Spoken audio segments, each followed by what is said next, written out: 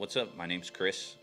This is episode 1 of CrazyLongNIghts. On this channel, I'm going to talk about motorcycles. I'm going to talk about trips, and we're going to share a lot of photography that I've taken. By no means do I think I'm an expert at any of them, but I feel like telling stories and sharing those experiences is like a big part of why I love motorcycles. I ride Harley-Davidson motorcycles specifically, but I like all motorcycles, so if I ever see you out there, I'd love to talk to you about your bike and where you've been. On this episode, I'm going to talk about last year, Fast Life Campout 2023.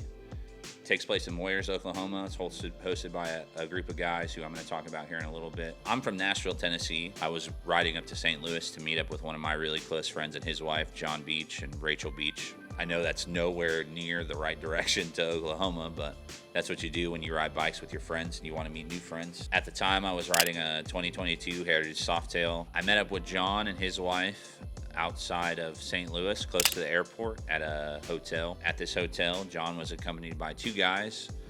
One guy named Spivey, who is this incredible fabricator from Michigan, and another young guy named Waylon, who's a musician. He became like a really big deal for us. He had never really gone that far. He's originally from the Cincinnati area of Ohio, and John Beach and his wife are from the Columbus, Ohio area. For them, riding to St. Louis is on the way. But when I met Waylon, he rides this really cool, mid-90s Dyna Evo motor. So when I met him, I was like, oh, this is a really cool bike. How many trips have you done? He said, this is kind of the biggest trip I've ever done. That's like the thing that really gets my gears going, no pun intended. When people try to do something like that for the first time, because it's really hard, and it's hard to ride that far, and people think it's a vacation, and it's absolutely not. I was stoked to meet him. To this day, I'm really happy that he was with us for that.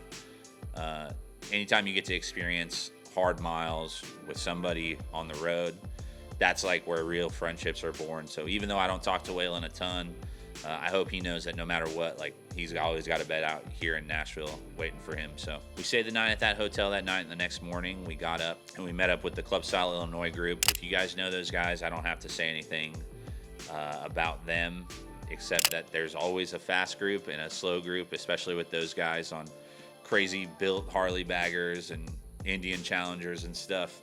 Those dudes ride fast. I was with John, and we were accompanied by a new friend, Chris, who rides a 85th anniversary FXR. Beautiful bike. He also has like a crazy built bagger, so he was trying to do that trip. He's originally from Minnesota, and he was trying to do that trip on the FXR just to prove that he could. More or less, he had basically built that bike from the frame up, or had re-gone over it from the frame up.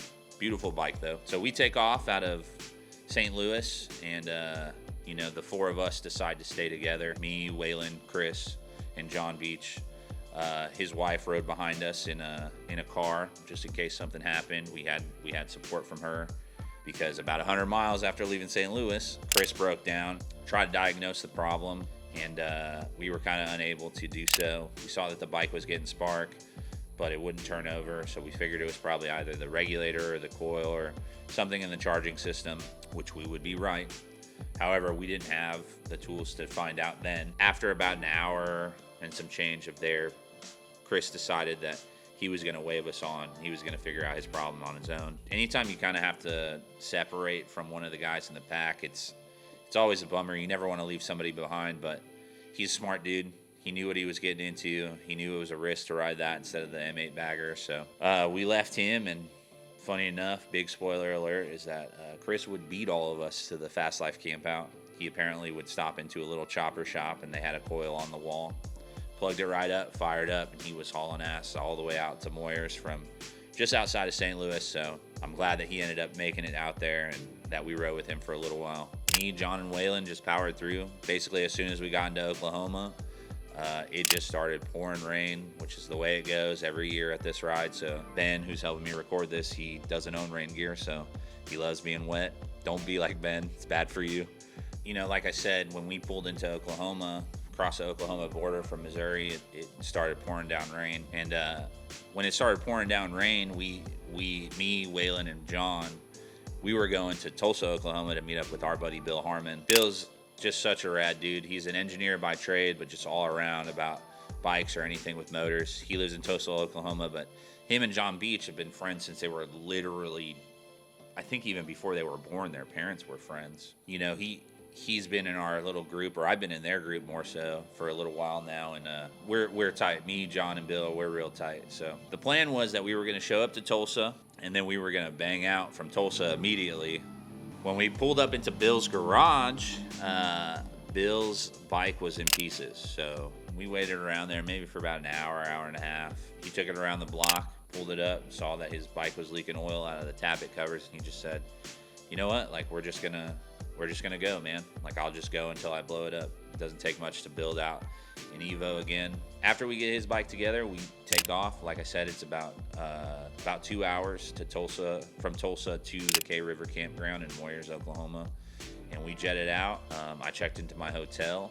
Once I checked in, I rode down the way to the K River Campground. And next morning, 2 of Bill's homies from Tulsa, Kevin, who rides a really cool FXR-D. Austin, also from Tulsa, rides a sick Dyna. Rad dudes, really cool. Yeah, that's day 2 that when we got there, they showed up. And then I think that day we rode into town, had breakfast, and sure enough, Chris is riding with us, and he looks down, he sees his very expensive HPI exhaust rattling around on his FXR again. We had to stop in town, and he tried to figure out a new exhaust bracket at the local Ace Hardware store. So we kind of hung out inside of the Antlers area, which Moyers, Oklahoma is not a town. There's nothing there but the campground. Antlers is the town about 6 miles down the road, and that's like where all the food and stuff is. Chris eventually, I think, just used steel wire ties on his exhaust, and he ended up riding that FXR home too, the way it was. We take off, we go back to the campground just in time for the old club style games, which is basically, to explain what this is it's basically like a frat rush initiation thing with every club style group from all over the different states that came. So there's like club style Arkansas, who eventually wins, which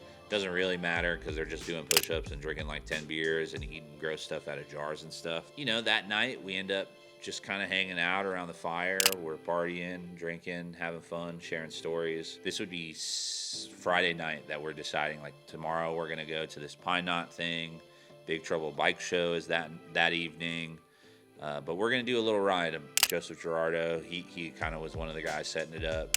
Woodgrain, Chandler from Hoggish Cycles.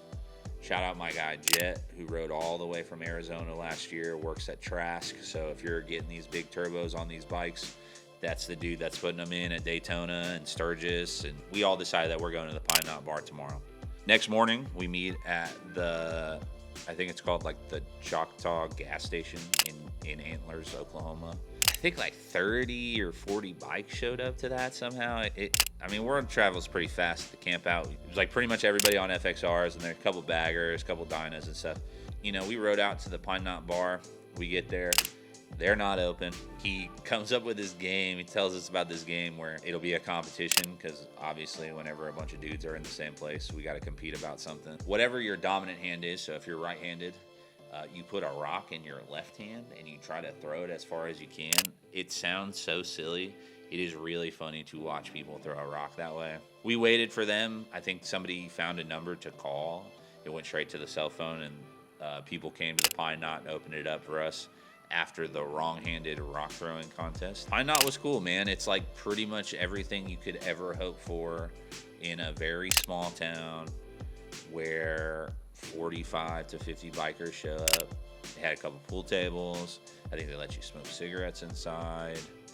They had beer, nothing on tap. It was all in cans and bottles. It's like kind of just like the most perfect situation for a weekend like that. We drank there. It was cool. Everybody's hanging out, sharing stories again. Yeah, when it was all said and done, we decided to roll in, and we rolled in 40 deep to the Big Trouble Bike Show. Made a pretty big statement. Lots of really cool built-out baggers. Justin from My Machinist and Millhouse, they had their bikes. Millhouse from Thundermax had their bikes kind of up front.